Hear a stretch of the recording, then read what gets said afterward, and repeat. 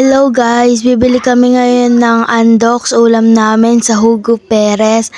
Ayan po, kasama ko ang aking daddy. Ayan, titingin yan. O, diba? Galing tumingin eh. Yan na po, nakalabas na si daddy. Papunta na po kami ng Hugo Perez.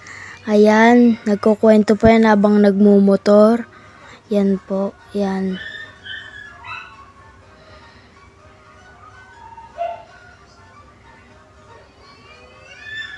Yan, kinukwentuhan ko rin po.